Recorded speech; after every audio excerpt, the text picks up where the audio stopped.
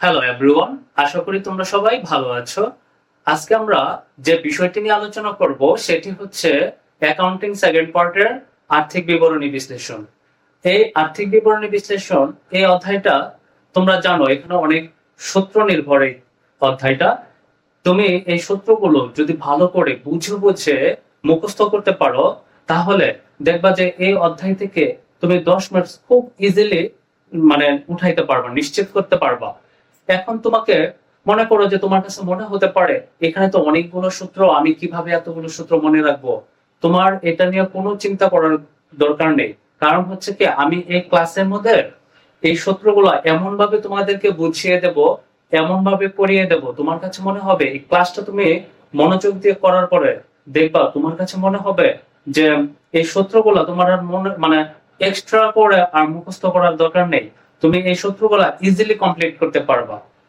আমি একদম ভেঙে ভেঙে খুব সহজ হয়েতে এই সূত্রগুলো আমি তোমাদেরকে এখন বুঝিয়ে দেব। তুমি এই ক্লাসটা করার পরে তারপরে তুমি দেখবা যে ভাইয়া তো আমাকে এই সূত্রগুলো পড়িয়েছে, সো আমি একটু ট্রাই করে দেখি তো আমি সূত্রগুলো পারি কিনা। তুমি দেখবা যে তুমি একটু ট্রাই করে দেখার পরে দেখবা যে হ্যাঁ, তুমি সূত্রগুলো সবগুলো খুব ভালোভাবে মনে রাখতে পারছো। আমি তোমাকে এমন ভাবে এই সূত্রগুলো পড়িয়ে দেবো, ভেঙে ভেঙে বুঝিয়ে বুঝিয়ে পড়িয়ে দেবো। তোমাকে মানে অন্ধের মতো মুখস্থ করতে হবে না, আমি তোমাকে বুঝিয়ে বুঝিয়ে মুখস্থ করে দেবো। আর একটা জিনিস সবসময় মনে রাখবা, বুঝে পড়া, হ্যাঁ, আর অন্ধের মতো মুখস্থ করার মধ্যে অনেক পার্থক্য আছে। তুমি মনে করো ঠিক আছে আমি না বুঝে মুখস্থ করে ফেললাম, তাহলে দেখবা যে জিনিসগুলো তোমার কাছে বেশি দিন লাস্টিং করবে না, কিছুদিন পরে তোমার মেমোরি থেকে সেটা আউট হয়ে যাবে। আর তুমি যদি বুঝে বুঝে ভেঙে ভেঙে ক্লাসগুলো পড়ো তাহলে দেখবা যে আজীবন তোমার মাথার মধ্যে থেকে যাবে, তুমি কখনোই ভুলতে পারবে না জিনিসগুলো। চলো আমরা না এখন ক্লাসটা শুরু করি। হ্যাঁ, এখন আমি দেখো এখানে লিখে রেখেছি আর্থিক বিবরণী বিশ্লেষণ। আর্থিক বিবরণী বিশ্লেষণে আজকে আমরা যেটা পড়াবো সেটা হচ্ছে তারল্য অনুপাত। তারল্য অনুপাতের আরো একটা নাম আছে, তারল্য অনুপাতের আরেকটা নাম হচ্ছে স্বল্প মেয়াদী ঋণ পরিশোধ ক্ষমতা। তোমাদের প্রশ্নে মাঝে মাঝে তোমার বলে যে তারল্য অনুপাত সমূহ নির্ণয় করো বা স্বল্প মেয়াদী ঋণ পরিশোধ গুলো নির্ণয় করো। তখন তোমাকে বুঝতে হবে যে তারল্য অনুপাত চেয়েছে বা স্বল্প মেয়াদী ঋণ পরিশোধের ক্ষমতা চেয়েছে, তার মানে তোমাকে এই তিনটা সূত্র কমপ্লিট করতে হবে। তাহলে তারল্য অনুপাতের কয়টা সূত্র আছে এখানে? এই যে দেখো তিনটা সূত্র আছে। এক নাম্বার যেটা সেটা হচ্ছে চলতি অনুপাত, দুই নম্বরে যেটা সেটা হচ্ছে তরল অথবা তারল্য অথবা অ্যাসিড টেস্ট অথবা অগ্নি পরীক্ষা অথবা দ্রুত অথবা তড়িৎ অনুপাত। এই সবগুলা কিন্তু একই নাম। হ্যাঁ, পরীক্ষাতে এক এক সময় এক একটা নামে আসে। তড়িৎ অনুপাতও আসতে পারে পরীক্ষাতে, অগ্নি পরীক্ষা অনুপাতও আসতে পারে, তারল্য অনুপাতও আসতে পারে, তরল অনুপাত, দ্রুত অনুপাতও আসতে পারে। এই সবগুলার একটাই সূত্র, এগুলো হচ্ছে ভিন্ন ভিন্ন নাম কিন্তু সূত্র একটাই। হ্যাঁ, তিন নম্বরে হচ্ছে কার্যকরী মূলধন অনুপাত। তার মানে তারল্য অনুপাত সমূহ যদি নির্ণয় করতে বলে তারল্য অনুপাত সমূহ বলা থাকবে। সেটা যদি নির্ণয় করতে বলে তাহলে আমাকে এই তিনটা সূত্র কমপ্লিট করতে হবে। এখন তোমাদের মনে একটা কোশ্চেন আসতে পারে যে তারল্য অনুপাত আসলে জিনিসটা কি, তাই না? আমি তোমাদের এখন তারল্য অনুপাতটা কি সেটা একটু বুঝিয়ে দেব। যে অনুপাতগুলো প্রতিষ্ঠানের স্বল্প মেয়াদী বা চলতি দায় পরিশোধের ক্ষমতা বা স্বল্প মেয়াদী সচ্ছলতা পরিমাপ করে তাদেরকে তারল্য অনুপাত করে। তার মানে দেখছো তারল্য অনুপাত, তারল্য অনুপাতের মধ্যে ফার্স্টে যেটা বলেছে সেটা স্বল্প মেয়াদী বা চলতি দায় স্বল্প মেয়াদী সচ্ছলতা পরিমাপ করে। তার মানে আমি এখানে স্পষ্টভাবে কিন্তু বুঝতে পেরেছি, সেটা কি বুঝতে পেরেছি যে তারল্য অনুপাত তার মানে এখানে স্বল্প মেয়াদী কথাগুলো আসবে। সেটা চলতি দায়ও হতে পারে, সেটা চলতি সম্পদও হতে পারে, মানে স্বল্প মেয়াদী। আর আমরা তো জানি স্বল্প মেয়াদী জিনিসগুলাই তো হচ্ছে এক বছরের বা এক বছরের কমের মধ্যে থাকে। এখন এক বছর বা এক বছরের কমের মধ্যে যে জিনিসগুলো আছে সেগুলো হচ্ছে চলতি সম্পদ আর একটা হচ্ছে চলতি দায়। তার মানে আমরা তারল্য অনুপাত কথাটা দ্বারাই বুঝতে পেরেছি এই যে তিনটা যে সূত্র আছে তারল্য অনুপাতের, সে তিনটা সূত্র অবশ্যই চলতি সম্পদ আর চলতি দায়ের মধ্যে লিমিটেড থাকবে। বুঝতে পেরেছো না? আবারও আমি তোমাদেরকে বলি, তারল্য অনুপাতের মধ্যে তিনটা জিনিস থাকবে। সেই তিনটা জিনিস আমরা তারল্য অনুপাতের সংজ্ঞাটা পড়ছি, তারল্য অনুপাতের সংজ্ঞাটা পরে আমরা বুঝতে পেরেছি কি যে এখানে স্বল্প মেয়াদী জিনিসগুলো থাকবে। স্বল্প মেয়াদী মানে তো চলতি সম্পদ আর চলতি দায়, তার মানে এই তিনটা সূত্র অবশ্যই চলতি সম্পদ এবং চলতি দায় নিয়ে হবে, তাই না? আমরা চলো তো একটু সূত্রগুলো একটু দেখি। তো প্রথম আমরা 1 নম্বর সূত্রটা একটু দেখি। হ্যাঁ, 1 নম্বর সূত্রটা হচ্ছে চলতি অনুপাত। 1 নম্বর সূত্রটা কি? চলতি অনুপাত। চলতি অনুপাতের সূত্র হচ্ছে চলতি সম্পদ ডিভাইডেড চলতি দায়। চলতি অনুপাতের সূত্রটা কি? চলতি সম্পদ ডিভাইডেড চলতি দায়। তার মানে কি চলতি অনুপাত আমি যে নির্ণয় করব, চলতি অনুপাত কিভাবে নির্ণয় করব? উপরে চলতি সম্পদ থাকবে আর ভাগে কি থাকবে? চলতি দায়। এখন তোমাদের মধ্যে একটা কোশ্চেন আসতে পারে যে চলতি সম্পদটা কি আর চলতি দায়টা কি? যদিও আমরা অ্যাকাউন্টিং ফার্স্ট পার্টে চলতি সম্পদ চলতি দায় আমরা 9-10 এ চলতি সম্পদ চলতি দায় নিয়ে অনেক পড়াশোনা করেছি, তারপরও আমি খুব ইজি ওয়েতে তোমাদেরকে চলতি সম্পদ এবং চলতি দায়টা আবারও বুঝিয়ে দিচ্ছি। তাহলে তোমাদের একদম মুখস্থ হয়ে যাবে। দেখবে যে বারবার একটা জিনিস পড়লে কি হয়, তোমার এই জিনিসটা মেমোরিতে একদম ফিক্সড হয়ে যায়, মেমোরি থেকে আর আউট হয় না। হ্যাঁ, তুমি দেখবে যে পরীক্ষাতেও ইজিলি তোমার মনে পড়ে যাচ্ছে সবকিছু। তাহলে চলতি অনুপাতের সূত্রটা হচ্ছে চলতি সম্পদ আর চলতি দায়। এখন আমরা একটু শিক্ষিত। এই যে দেখো আমি এখানে সংজ্ঞাটা লিখে রেখেছি। চলতি সম্পদ কাকে বলে? যে সকল সম্পদ 1 বছর বা তার কম সময়ের মধ্যে নগদ টাকায় রূপান্তর করা যায় তাকেই চলতি সম্পদ বলে। তাহলে কি বলেছি? চলতি সম্পদ যে সম্পদ 1 বছর বা তার কম সময়ের মধ্যে নগদ টাকায় রূপান্তর করা যায় সেটাই হচ্ছে কি চলতি সম্পদ।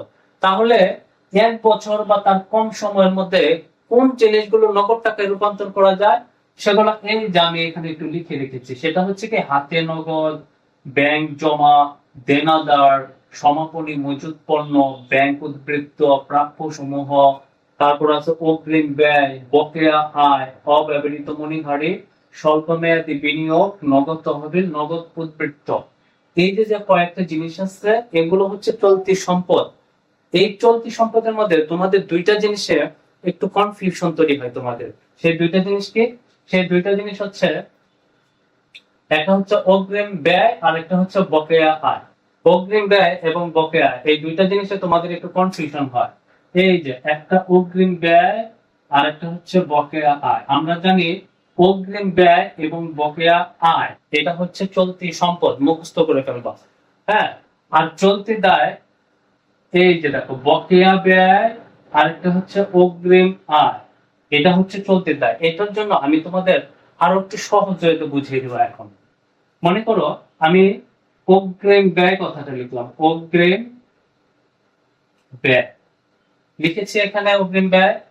তারপরে কি আছে? বকেয়া আয়। আমি এখানে লিখেছি একটু বকেয়া আয়।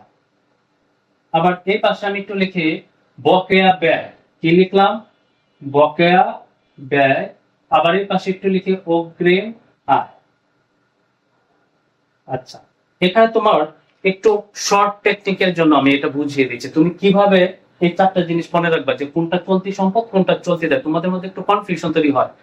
মাঝে মাঝে অগ্রিম আয়কে বলো যে এটা সম্পদ, মাঝে মাঝে অগ্রিম ব্যয়কে বলো যে এটা দায়। মনে রাখতে পারো না, এটা মনে রাখার জন্য একটা সহজ টেকনিক আছে। সেই টেকনিকটা হচ্ছে যখন দেখবা এই যে ব আর এই লাস্টের ব দুইটা মিল থাকে, এই দুই ব যদি মিল থাকে, আবার দেখো এখানেও অ এখানেও অ, এই সরিয় আর সরিয় যদি মিল থাকে, প্রথমটা এবং শেষেরটা, প্রথমটা এবং শেষেরটা, এটা আর এটা, এটা আর এটা যদি মিল থাকে দুইটার মধ্যে, তাহলে অবশ্যই সেটা চলতি দায়। তাহলে অবশ্যই সেটাকে চলতি দায়। তার মানে এটা অবশ্যই চলতে দায়। আর এই যে দেখো সরিয় এবং লাস্টেরটা হচ্ছে ব, এখানে আছে ব এখানে আছে অ, তার মানে কি প্রথমটা আসে সেটা মিল নেই, এখানেও প্রথমটা আসে সেটা মিল নেই। যেহেতু প্রথমটা আসে সেটা মিল নেই, তার মানে এটা মনে রাখবো চলতি সম্পদ। তার মানে এটাকে চলতে সম্পদ। এখন দেখছো তুমি কিন্তু ইজিলি তোমার ব্রেনে ক্যাচ করে ফেলতে পারবা যে চলতি সম্পদ কোনটা। যে মিল আছে তার মানে এটা চলতি সম্পদ না, তার মানে এটা চলতি দায়। আবার মিল নেই তার মানে এটা অবশ্যই চলতি দায় না, চলতি সম্পদ। একদম ইজি। সবসময় মনে রাখবা মিল থাকলে চলতি দায়, মিল না থাকলে চলতি সম্পদ। তার মানে অগ্রিম ব্যয় মিল নেই, এখানে অ এখানে ব মিল নেই, চলতি সম্পদ। এখানে ব এখানে অ মিল নেই, চলতি সম্পদ। এখানে এখানে মিল আছে, চলতি দায়, এখানে এখানেও মিল আছে, চলতি দায়। আশা করি তোমাদের এই টেকনিকটা মনে রাখতে পারবা, আর খুবই সহজ। তাহলে কিন্তু আমরা চলতি সম্পদটা বুঝে ফেলেছি। এখন আমরা একটু চলতি দায়টা কি সেটা একটু বলছি। চলতি দায় হচ্ছে যে সকল দায় 1 বছরের মধ্যে পরিশোধিত হবে সেগুলোই চলতি দায়। মনে করো যে আমার তো একটা নিজের প্রতিষ্ঠান, সবসময় তুমি যখন ম্যাথ করবা তখন মনে করবা তুমিই মালিক, তুমি একটা প্রতিষ্ঠান, তুমি প্রতিষ্ঠানের মালিক, তোমার যে প্রতিষ্ঠানটা না। এখন মনে করো একটা ব্যবসা পরিচালনা করতে গেলে তো আমাদের অনেক কি করতে হয়, আমাদের নিজেদের অনেক টাকা ঋণ করতে হয়। মানুষও আমাদের কাছে টাকা পায়, তাহলে সেগুলো কি দায় না? এই দায়, যে দায়গুলো আমাকে 1 বছর বা তার কম সময়ের মধ্যে পরিশোধ করতে হবে, সেগুলো হচ্ছে চলতি দায়, সেগুলো হচ্ছে কি চলতি দায়। তাহলে কোন জিনিসগুলো আমাকে 1 বছর বা তার কম সময়ের মধ্যে পরিশোধ করতে হয়? মনে করো যে তুমি তো একজন ব্যবসায়ী, ব্যবসা প্রতিষ্ঠানের মালিক। এখন তুমি মনে করো যে তোমার প্রতিষ্ঠানের জন্য কাঁচামাল ক্রয় করেছো। এখন কাঁচামাল যে ক্রয় করেছো, কাঁচামাল ক্রয়ের টাকাটা তুমি যদি তোমার যার কাছ থেকে পণ্যটা ক্রয় করেছে তাকে যদি বলো 10 বছর পরে আপনাকে টাকা দিব, তাহলে কি সে তোমাকে টাকাটা দিবে? সে কিন্তু তোমাকে সে কিন্তু তোমাকে পণ্য প্রোডাক্ট গুলো দিবে না। যেহেতু সে তোমাকে প্রোডাক্ট গুলো দিবে না, হ্যাঁ, 10 বছরের কথা শুনলে, তার মানে অবশ্যই সেটা 1 মাস, 2 মাস, 3 মাসের মধ্যে সেটা পরিশোধ করতে হবে। হাইস্ট 1 বছরের মধ্যে তোমাকে সেটা পরিশোধ করে দিতে হবে বাকি টাকাটা। তার মানে কি, আমি যদি কারো কাছ থেকে কারো কাছ থেকে পণ্য ক্রয় করি বাকিতে, তাহলে অবশ্যই আমাকে কি করতে হবে, 1 বছর বা তার কম সময়ের মধ্যে পরিশোধ করে দিতে হবে। এগুলো হচ্ছে চলতি দায়। তাহলে বুঝতে পেরেছি চলতি দায়টাকে।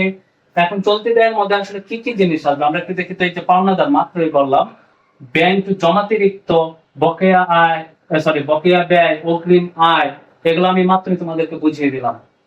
প্রদেয় সমূহ, আয়কর সঞ্চিত, প্রস্তাবিত লভ্যাংশ, স্বল্প মেয়াদী ঋণ, যেগুলো স্বল্প মেয়াদী ঋণ সেগুলো চলতি দায়, যেগুলো স্বল্প মেয়াদী বিনিয়োগ সেগুলো চলতি সম্পদ। বুঝতে পেরেছ? তাহলে আমরা কিন্তু চলতি দায়ে কি কি যাবে সেগুলো মুখস্থ করলাম, চলতি সম্পদে কি কি যাবে সেগুলো আমরা একটু মুখস্থ করলাম। তাহলে আমাদের কিন্তু চলতি সম্পদ এবং চলতি দায় নিয়ে আমাদের মোটামুটি ভালো একটা আইডিয়া চলে এসেছে। এখন চলতি অনুপাত, এই সূত্রটা আমি যদি তোমাকে বলি যে চলতি অনুপাতের সূত্রটা কি, তুমি কিন্তু এখন খুব ইজিলি বলতে পারবা যে চলতি অনুপাতের যে সূত্রটা সেটা হচ্ছে চলতি সম্পদ ডিভাইডেড চলতি দায়। এখন চলতি সম্পদ কি, চলতি দায় কি, সেটা আমরা বিস্তারিত আলোচনা করেছি। আরেকটা জিনিস মনে রাখবা, এই চলতি অনুপাতের একটা আদর্শ মান আছে। সে আদর্শ মান হচ্ছে 2:1 বা 2:1। এটা তোমাদের এমসিকিউ পরীক্ষাতেও আসে যে চলতি অনুপাতের আদর্শ মান কত। এটা মনে রাখবা যে 2:1। এই আদর্শ মান দ্বারা কি বোঝাচ্ছে জানো? 2:1। এখানে বলছে 1 টাকা চলতি দায়ের বিপরীতে 2 টাকা সম্পদ থাকা বাধ্যতামূলক। মানে 1 টাকা যদি চলতি দায় হয় তাহলে আমার 2 টাকা কি থাকতে হবে, চলতি সম্পদ থাকতে হবে।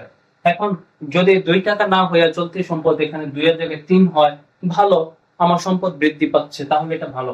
মাঝে মাঝে প্রশ্নে তোমাকে মন্তব্য করতে বলবে, তখন এই জিনিসগুলো আমার ভালো করে বুঝতে পারলে তুমি মন্তব্যটা করতে পারবা।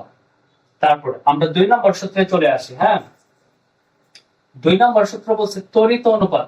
এটা কিন্তু অনেকগুলো নাম আছে, আমি যে এখানে লিখে দিয়েছি, দেখছো? তরল, তারল, অ্যাসিড টেস্ট, অগ্নি পরীক্ষা, দ্রুত, ত্বরিত অনুপাত। সো এটার অনেকগুলো নাম আমরা এখানে বলে দিয়েছি। ত্বরিত অনুপাতের সূত্রটা কি? ত্বরিত অনুপাতের যে সূত্রটা সেটা হচ্ছে ত্বরিত সম্পদ বাই হচ্ছে ত্বরিত দায়। ত্বরিত সম্পদ বাই মানে ডিভাইডেড ত্বরিত দায়। এখন তোমার মধ্যে একটা কোশ্চেন আসতে পারে যে ত্বরিত সম্পদ, আচ্ছা ত্বরিত সম্পদ এটা তো আমরা শিখিনি, ত্বরিত সম্পদটা কিভাবে বের করে? আমি এই যে দেখো সূত্রটা এখানে লিখে রেখেছি, ত্বরিত সম্পদ বের করার সূত্র। ত্বরিত সম্পদ বের করার সূত্রটা হচ্ছে চলতি সম্পদ থেকে আমরা বিয়োগ করে দিব সমাপনী মজুত পণ্য, বিয়োগ করব অগ্রিম খরচ। আমরা চলতি সম্পদ থেকে কি করব, সমাপনী মজুত পণ্য এবং অগ্রিম খরচটা মাইনাস করে দিব। চলতি সম্পদ মাইনাস সমাপনী মজুত পণ্য মাইনাস অগ্রিম খরচ। এখন তোমার কাছে একটা কোশ্চেন আসতে পারে যে সমাপনী মজুত পণ্য নিজেও তো একটা চলতি সম্পদ, অগ্রিম খরচ ওই নিজেও তো একটা চলতি সম্পদ, তাহলে সমাপনী মজুত পণ্য এবং অগ্রিম খরচ চলতি সম্পদ হওয়া সত্ত্বেও কেন চলতি সম্পদ থেকে মাইনাস হয়ে গেল? এটা একটা তোমাদের কোশ্চেন আসতে পারে না? হ্যাঁ, সেটাই আমি এখন তোমাকে একটু বলি। তরিত সম্পদ যে জিনিসটা, তরিত সম্পদ জিনিসটা হচ্ছে কি জানো, আমরা চলতি সম্পদে শিখেছি 1 বছর বা তার 1 বছর মানে 12 মাসের মধ্যেই যে নগদ টাকাটা নগদে আমরা রূপান্তর করে ফেলি, সেটাই হচ্ছে চলতি সম্পদ। এখন তরিত সম্পদের ক্ষেত্রে জিনিসটা হলো, মনে করো আমি বলতেছি যে না, 1 বছর 12 মাস আমার ওয়েট করার সময় নাই, আমাকে তার আগে 2-3 মাস 4 মাসের মধ্যেই আমাকে আমার টাকা নগদ টাকায় রূপান্তর করে ফেলতে হবে। আমার যে জিনিসগুলো আছে সেগুলো নগদ টাকায় রূপান্তর করে ফেলতে হবে। তার কম সময়ের মধ্যে আমাকে কি করতে হবে, নগদ টাকায় রূপান্তর করে ফেলতে হবে। এখন মনে করো আমি তো জানি যে চলতি সম্পদ আমার 12 মাসের একটা সময় আছে। এখন তরিত সম্পদ বলতেছে যে না, আমার কাছে 12 মাস সময় নেই, তার আগেই আমাকে নগদ টাকায় রূপান্তর করে ফেলতে হবে। এখন মনে করো যে সাপোজ ব্যাংক জমা, আমার কাছে ব্যাংকে আমি টাকাটা জমা রাখছি, ব্যাংকের টাকা আমি যে কোনো সময় নগদ টাকায় রূপান্তর করে ফেলতে পারবো। কিন্তু কোন জিনিসটা আমি নগদ টাকায় রূপান্তর করতে পারবো না, সমাপনী মজুত পণ্য। সমাপনী মজুত পণ্য জিনিসটা কি, মনে করো যে যে প্রোডাক্ট গুলা আমার মজুদ আছে, যেগুলো বিক্রিত হয় নাই, এখন সমাপনী মজুত পণ্য যে জিনিসগুলো, সেগুলো আমাকে বিক্রি করে তারপরে নগদ টাকায় রূপান্তর করতে হবে, তার মানে এটা সময় লাগবে। তার জন্য আমরা কি করেছি, সমাপনী মজুত পণ্যটা মাইনাস করে দিয়েছি। আবার অগ্রিম খরচের ক্ষেত্রেও দেখো, যে খরচগুলো আমরা অগ্রিম করেছি সেগুলো নগদ টাকায় রূপান্তর করতে কিন্তু আমাদের সময় লাগবে। সো এই দুইটা আমরা কি করে দেবো, বাদ করে দেবো। বাদ করে দেওয়ার পরে চলতি সম্পদ থেকে যে টাকাটা থাকবে সেটাই হচ্ছে তরিত সম্পদ। আশা করি এটা বুঝতে পেরেছ। তরিত সম্পদ। আবার তরিত দায়ের ক্ষেত্রেও সেম। তরিত দায় চলতি দায় মাইনাস ব্যাংক জমাতিরিক্ত। তরিত দায়ও মনে করো যে চলতি দায় থেকে আমাকে ব্যাংক জমাতিরিক্ত টাকাটা মাইনাস করে দিতে হবে, মানে যে দায়গুলো 1 বছর সময় তারা মানবে না, তার আগে আমাকে পরিশোধ করে ফেলতে হবে। এখন ব্যাংক জমাতিরিক্তটা তো 1 বছর সময়, ব্যাংকের থেকে তুমি কোনো লোন নিলে সেটা কন্ট্রাক্টে থাকে 1 বছর বা একটা নির্দিষ্ট সময় থাকে 1.5 বছর। কিন্তু এই ব্যাংক কিন্তু তোমার কাছে কখনো টাকা চাইতে আসবে না যে 1 বছর আগে আমাকে টাকা দিন, কারণ ওটা কন্ট্রাক্ট থাকে। তো ব্যাংক জমাতিরিক্ত টাকাটা বাদ দিলে বাকি যে চলতি দায়গুলো আছে সেগুলো হচ্ছে আমি 1 বছরের কম সময় পরিশোধ করতে পারবো। তার জন্য চলতি দায় থেকে ব্যাংক জমাতিরিক্তটা মাইনাস করে দিলেই তরিত দায় হয়ে যাবে। আশা করি বুঝতে পেরেছো। তাহলে তরিত সম্পদ কিভাবে বের করতে হয় সেই সূত্রটা লিখে দিয়েছে, তরিত দায় কিভাবে বের করতে হয় সেটাও আমরা লিখে দিয়েছি। তাহলে তরিত অনুপাতের সূত্রটা বুঝতে পেরেছো, তরিত সম্পদ ভাগ হচ্ছে তরিত দায়। এটার আদর্শ মান হচ্ছে 1:1, মানে 1 টাকা দায়ের বিপরীতে 1 টাকা সম্পদ থাকা ভালো। ওকে, 1 আর 2 আমাদের কমপ্লিট। হ্যাঁ, এখন আমরা 3 নম্বর সূত্রটা একটু দেখি। 3 নম্বর সূত্রটা বলছে কার্যকরী মূলধন অনুপাত। কার্যকরী মূলধন অনুপাতের যে সূত্রটা, সেটা হচ্ছে কার্যকরী মূলধন ডিভাইডেড চলতি দায়। আমরা চলতি দায় কিভাবে নির্ণয় করতে হয়, চলতি দায় কাকে বলে, চলতি দায়গুলো কি কি, সেগুলো সব কিন্তু আমি এখানে লিখে দিয়েছি। সো এটা নিয়ে আমাদের আলোচনা করার আর দরকার নেই। কিন্তু আমি তো জানি না কার্যকরী মূলধনটা আসলে কি, তাই না? কার্যকরী মূলধনটা আমি একটু দেখি তো, আসলে কার্যকরী মূলধনটা কি। এই যে দেখো, কার্যকরী মূলধন বের করার জন্য আমি এই যে এখানে একটা সূত্র লিখে রেখেছি। চলতি সম্পদ থেকে আমি যদি চলতি দায়টা বিয়োগ করে দেই, চলতি সম্পদ থেকে চলতি দায় বিয়োগ করার পরে যে টাকাটা থাকবে সেটাই হচ্ছে কার্যকরী মূলধন। আশা করি তোমরা বুঝতে পেরেছো। এটা আদর্শ মান হচ্ছে 1:1।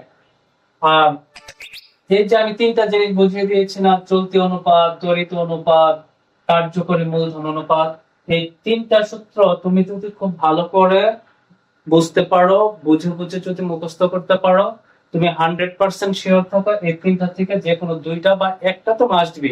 2টা আসার সম্ভাবনা আছে, একটা তুমি তো আসবেই 100%। এখন আরেকটা জিনিস আমি তোমাকে বুঝিয়ে দিই। হ্যাঁ, মনে করো প্রশ্নে চলতি দায়, এই যে পাওনাদার ব্যাংক জমাতিরিক্ত এই টাইপের কোনো কিছু দেওয়া নাই। হ্যাঁ, তখন তুমি চলতি দায়টা কিভাবে বের করবা বলো তো দেখি আমাকে। মনে করো পাওনাদার বা চলতি দায় বলতে আমরা যেগুলো বুঝি, এই এন্ট্রি গুলো প্রশ্নে দেওয়া নেই, কিন্তু তোমাকে চলতি দায় বের করতে হবে। তাহলে তুমি কিভাবে বের করবা চলতি দায়টা? সেটা বের করার নিয়ম হচ্ছে কি, মোট সম্পদ। মোট সম্পদ মানে চলতি সম্পদ এবং দীর্ঘমেয়াদী সম্পদ যোগ করে যে টাকাটা হবে সেটাই মোট সম্পদ।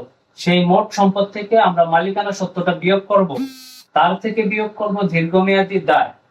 মোট সম্পদ বাদ মালিকানা সত্ত্ব বাদ দীর্ঘমেয়াদী দায়, এটা বিয়োগ করার পর যে টাকাটা থাকবে সেটাই হচ্ছে আমাদের চলতি দায়।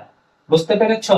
আশা করি তোমরা এখানে যে তিনটা সূত্র, তারপর কোনটা কাকে বলে, চলতি সম্পদের মধ্যে কি কি যাবে, চলতি দায়ে কি কি যাবে, অগ্রিম আয় কি ব্যয় কি, এগুলা শর্ট টেকনিক সহ আমি তোমাদেরকে বুঝিয়ে দিয়েছি। তারপরেও তোমরা যদি এগুলো বুঝতে প্রবলেম হয় বা কোনোটা যদি না বুঝে থাকো, অবশ্যই আমাকে কমেন্ট সেকশনে জানাবা, আমি তোমাদেরকে বুঝিয়ে দেব, আবারও বুঝিয়ে দেব। আর আমার এই ক্লাসটা যদি তোমাদের ভালো লেগে থাকে তাহলে অবশ্যই লাইক, কমেন্টস এবং সাবস্ক্রাইব করে রাখবা। হ্যাঁ।